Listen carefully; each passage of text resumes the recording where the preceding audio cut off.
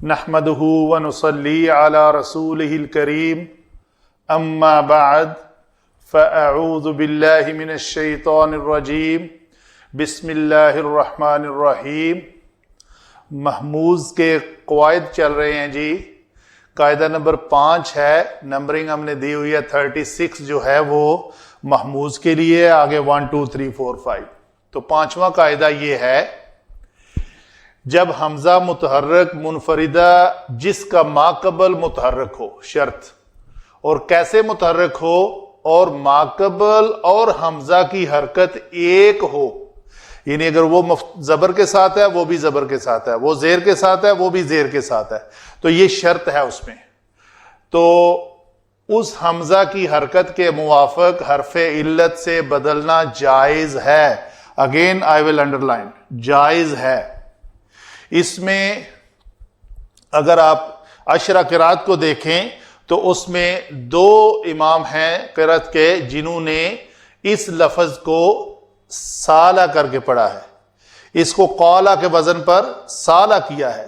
یہ سورۃ المعارج کا الفاظ ہیں، سأل سائل بعذاب واقع، تو سب نے سالہ پڑھا ہے۔ تو جب ایک امام نے اس کو سالہ پڑھا ہے تو اس کی وجہ کیا ہے؟ اس کی وجہ یہ قاعدہ ہے، اور اس قاعدے میں لفظ جائز یوز ہوا ہے نہ کہ واجب۔ اگر واجب ہوتا تو ہر قاری اس کو ایسے ہی پڑھتا۔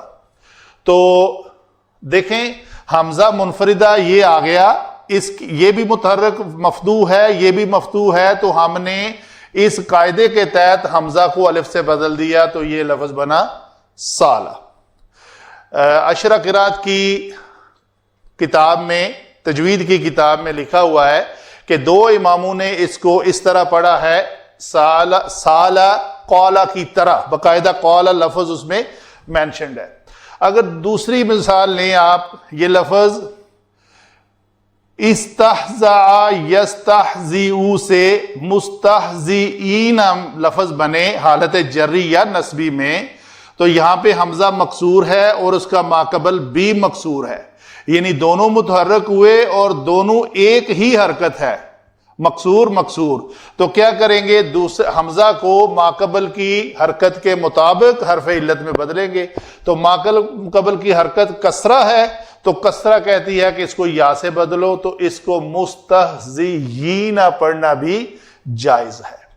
تو یہ ہے حمزہ کے قواعد، بڑے دلچسپ ہیں، خاص طور پہ ان اسٹوڈنٹ حضرات کے لیے جو بڑی توجہ رکھتے ہیں کہ قرآ حضرات جو دوسری قرات میں روایت حفظ کے علاوہ کسی اور میں پڑھتے ہیں تو وہ کیسے اس میں تبدیلی آ جاتی ہے۔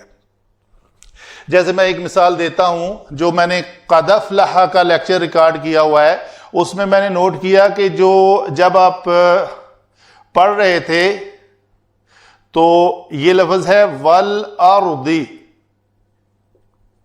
تو جس طرح قد افلح کو انہوں نے قد افلح پڑھا، اسی طرح اس کو بھی انہوں نے والارض کی بجائے اس کو والارض ایسے پڑھا تھا، اسی صورت پہ۔ وما علینا الا البلاغ المبین۔